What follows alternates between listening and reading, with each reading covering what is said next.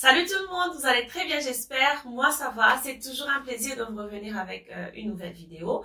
Je m'excuse au fait pour le temps de silence, j'étais très occupée, débordée même, mais je pense que là maintenant ça va, je reviens en force. Okay. Donc comme vous avez pu le voir dans le titre de la vidéo d'aujourd'hui, j'aimerais vous parler au fait de l'audience, de la clientèle, comment trouver sa clientèle, comment choisir sa clientèle. Et j'ose croire que c'est un sujet qui va intéresser plus d'une personne. N'hésitez surtout pas à regarder la vidéo jusqu'à la fin. Si vous tombez sur cette chaîne pour la première fois, mon nom est Malaika. Je suis entrepreneur, amoureuse de business. Sur cette chaîne, je partage avec vous mon expérience, mon histoire, des astuces et des informations qui peuvent vous aider aussi à commencer un business ou carrément à améliorer le business que vous avez déjà. Donc, si c'est vraiment quelque chose qui cadre avec ce que vous recherchez ici sur YouTube, n'hésitez pas à vous abonner et surtout à partager la vidéo avec vos amis ainsi que vos proches. Sans plus tarder, nous allons commencer. Donc, comme je le disais, je sais qu'il y a beaucoup de gens qui me disent j'ai beaucoup d'idées de business, mais je ne sais pas comment vendre, je ne sais pas à qui je vais vendre. Est-ce que tu peux en parler? La première vérité que vous devez savoir, c'est que votre contact, votre répertoire, vos amis, vos membres de famille, ce n'est pas votre clientèle. Ça, c'est ce que vous devez savoir. Pourquoi vous devez penser comme ça? Parce que si vous éliminez vos connaissances, vos amis ainsi que vos proches, ça va vous pousser vous pousser à réfléchir encore plus, à pousser votre imagination afin que vous puissiez trouver la bonne clientèle. Vous comprenez? Parce que quand vous pensez seulement à vos amis, à vos proches, à votre famille, vous ne vous mettez pas dans une situation, je peux dire un peu stressante pour penser à votre business.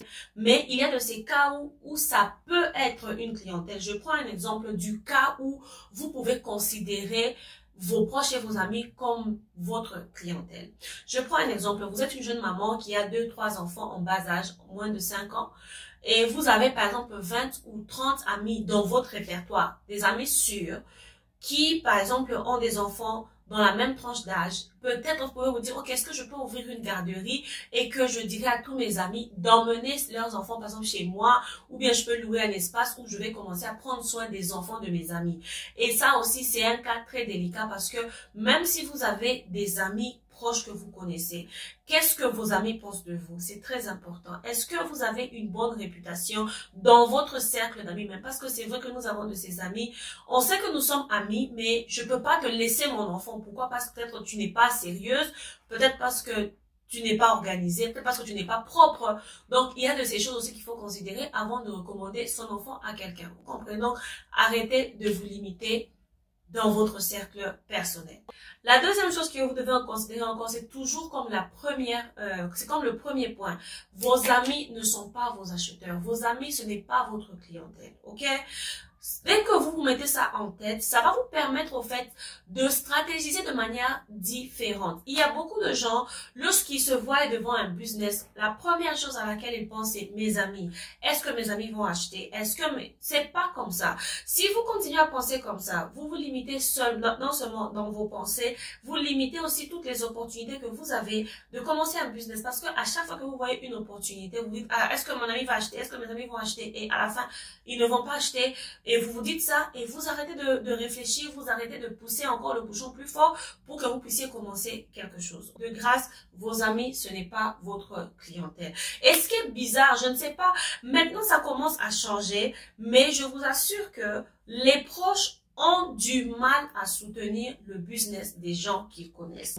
Je pense que vous tous, vous avez déjà expérimenté. Moi, j'ai des gens que je connais personnellement, quand ils m'ont contacté, ils avaient besoin d'un service, je leur ai dit les prix, ils me disaient, ah, c'était cher. Donc, ils voulaient la gratuité. Alors que des inconnus que je ne connais de nulle part, quand tu leur parles de ton business, de tes services et tout, ils sont prêts à mettre de l'argent sur la table. Pourquoi? Parce que la familiarité là, ce problème de familiarité, surtout dans la société africaine, cause beaucoup de problèmes au fait. Donc, de grâce, ne mélangez pas business, famille, plaisir et amis, de grâce. Le troisième point que vous devez considérer au fait lorsque vous cherchez votre audience, lorsque vous cherchez votre clientèle, c'est que vous devez chercher un problème à résoudre.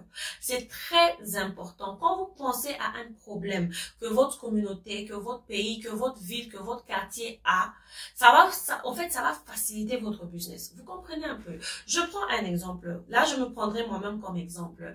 Lorsque je grandissais, je pense que j'ai déjà partagé ça dans une de mes vidéos.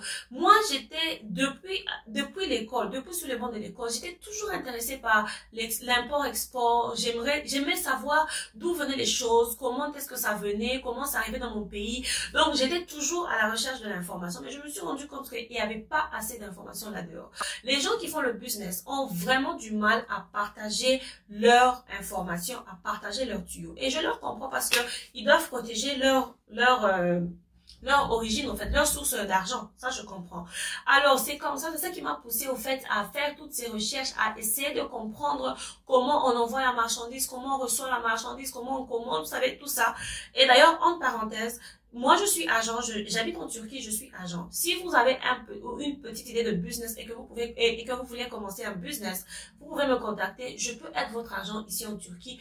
Achetez pour vous la marchandise et vous envoyez ça dans votre pays. C'est ce qui m'a poussé au fait à faire plus de recherches et je me suis rendu compte que malgré qu'il y a de l'information, mais très peu de gens encouragent les gens qui ont un petit capital.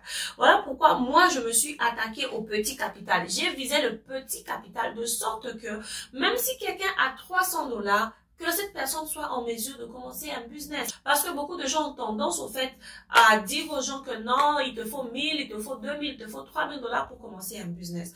Et à cause de cette information, ça retarde beaucoup de gens, ça empêche à beaucoup de gens de commencer un business parce que ils se disent qu'ils n'ont pas le capital qu'il faut pour commencer le business. Vous comprenez un peu? Donc, c'est ce qui m'a poussé, moi, à commencer. Donc, le problème que j'avais vu, c'était que beaucoup de gens avaient peu d'argent pour commencer un business et il n'y avait personne pour leur encourager à commencer avec le peu qu'ils avaient. Donc, à vous de voir maintenant quel business vous pouvez commencer et résoudre ce problème-là.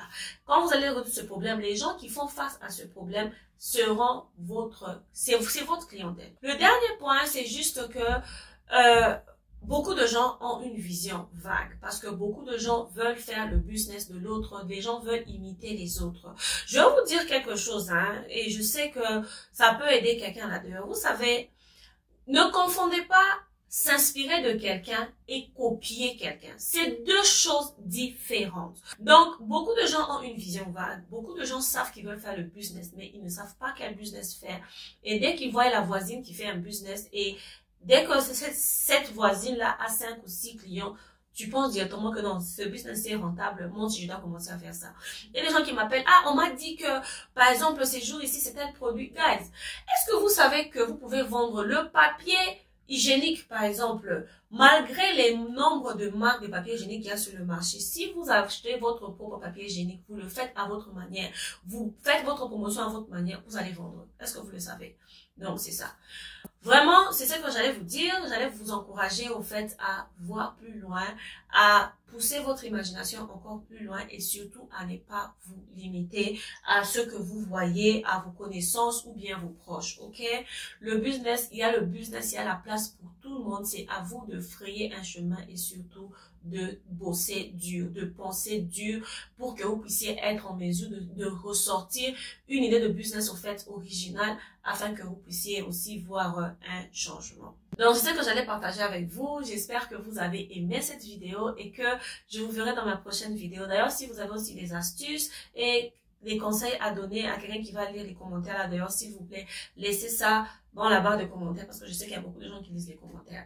Je vous dis un très grand merci et je suis très sûre que je vous verrai dans la prochaine vidéo. Bye bye!